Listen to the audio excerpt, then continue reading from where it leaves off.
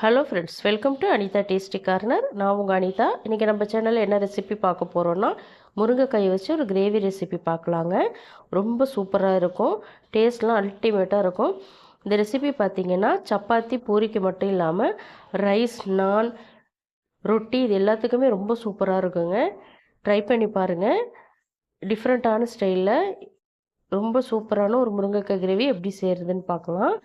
நம்ம சேனலை இது வரைக்கும் சப்ஸ்கிரைப் பண்ணாமல் பார்க்குறீங்க அப்படின்னா மறந்துடாமல் சப்ஸ்கிரைப் பண்ணிக்கோங்க.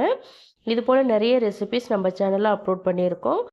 நிச்சயமாக உங்களுக்கு பிடிக்கும். போய் செக் பண்ணி பாருங்கள். வாங்க இப்போ எப்படி செய்கிறதுன்னு பார்க்கலாம். கடாயை ஹீட் பண்ணி அதில் 2 டேபிள் ஸ்பூன் அளவுக்கு வேர்க்கடலை சேர்த்துக்கோங்க.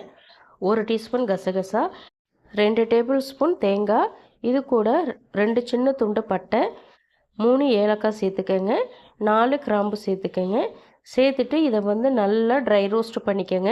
தேங்காயோட அந்த ஈரப்பதமெல்லாம் போய் கலர் மாறி வரணும். அது வரைக்கும் நல்லா ஃப்ரை பண்ணிக்கோங்க.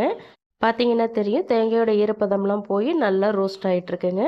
இந்த ஸ்டேஜில் இது நல்லா ஆற வச்சு தண்ணி சேர்த்து நல்லா ஸ்மூத்தாக அரைச்சி எடுத்துக்கோங்க. இப்போ கடாயில் 5 டேபிள் ஸ்பூன் அளவுக்கு எண்ணெய் சேர்த்துக்கோங்க. எண்ணெய் சேர்த்துட்டு 1 டீஸ்பூன் அளவுக்கு சீரகம் சேர்த்துக்கோங்க.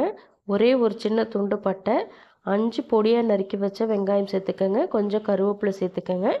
சேர்த்துட்டு வெங்காயத்தை நல்லா கலர் மாதிரி வர வரைக்கும் வதக்கி எடுத்துக்கோங்க. ஹை ஃப்ளேமில் வச்சு வதக்கிக்கோங்க. இப்போ பார்த்தீங்கன்னா தெரியும், வெங்காயத்தோட கலரெல்லாம் நல்லா மாறி வந்திருக்கு பாருங்கள். இந்த அளவுக்கு இது வதங்கணும். இது கூட 1.5 டேபிள் ஸ்பூன் அளவுக்கு இஞ்சி பூண்டு விழுது சேர்த்துக்கோங்க. சேர்த்துட்டு இதையும் 1 நிமிஷத்துக்கு ஹை ஃப்ளேம்லேயே வச்சு நல்லா வதக்கிக்கோங்க. இஞ்சி பூண்டோட பச்சை வாசனையெல்லாம் போகணும். அதனால் 1 நிமிஷத்துக்கு வதக்குங்க, கரெக்டாக இருக்கும். இது கூட 3 தக்காளி பழம் விழுது சேர்த்துக்கலாம். மீடியம் சைஸ் தக்காளி சேர்த்துட்டு இதையும் ஒரு தடவை நல்லா கலந்து விட்டுக்கோங்க. ரொம்ப நேரம் கலந்து விட வேணாம், ஜஸ்ட்டு மிக்ஸ் பண்ணால் போதும். மிக்ஸ் பண்ணிவிட்டு இது கூட கட் பண்ணி வச்சுருக்கிற முருங்கைக்காய் சேர்த்துக்கோங்க. 5 முருங்கைக்காய் நான் சேர்த்துருக்கேன். சேர்த்துட்டு கொஞ்சமாக உப்பு சேர்த்துக்கோங்க. இந்த முருங்கைக்காய் குக் ஆகிறதுக்காக மட்டும் நம்ம உப்பு சேர்க்குறோம். சேர்த்துட்டு இதையும் நல்லா மிக்ஸ் பண்ணி எடுத்துக்கோங்க. ஹை ஃப்ளேம்லேயே வச்சு மிக்ஸ் பண்ணுங்கள். மிக்ஸ் பண்ணிவிட்டு இதை ஒரு மூடி போட்டு 5 நிமிஷத்துக்கு நல்லா குக் பண்ணி எடுத்துக்கோங்க. இப்போ 5 நிமிஷம் ஆயிடுச்சுங்க. ஓப்பன் பண்ணி பார்க்கலாம். இப்போ பார்த்தீங்கன்னா முருங்கைக்காய் ஒரு 50% அளவுக்கு குக்காய் வந்திருக்குங்க. இதை இப்போ நல்லா கலந்து விட்டுக்கோங்க. இதை நல்லா கலந்து விட்டுட்டு இப்போ மசாலா சேர்த்துக்கலாம். 3/4 டீஸ்பூன் அளவுக்கு மஞ்சள் தூள் சேர்த்துக்கோங்க. 1 டேபிள் ஸ்பூன் தனி மிளகாய் தூள் சேர்த்துக்கோங்க. 2 டேபிள் ஸ்பூன் மல்லித்தூள் சேர்த்துக்கோங்க. 1 டீஸ்பூன் கரம் மசாலா சேர்த்துக்கோங்க. அரைச்சி வச்சுருக்கிற தேங்காய் கடலை விழுதை இதில் சேர்த்துக்கலாம். கொஞ்சமாக தண்ணி சேர்த்துக்கோங்க. சேர்த்துட்டு இதை நல்லா கலந்து விட்டுக்கோங்க. நீங்கள் வேறு எந்த மசாலா பொடியும் சேர்க்க தேவையில்லைங்க. இந்த மசாலாவே போதும். காரம் மட்டும் பார்த்து அட்ஜஸ்ட் பண்ணி சேர்த்துக்கோங்க.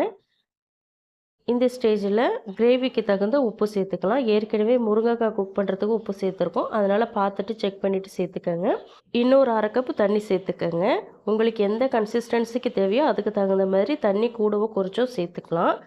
இப்போ இதை நல்லா கலந்து விட்டுருங்க. கலந்து விட்டுட்டு உப்பு காரம்லாம் கரெக்டாக இருக்கான்னு செக் பண்ணிக்கோங்க.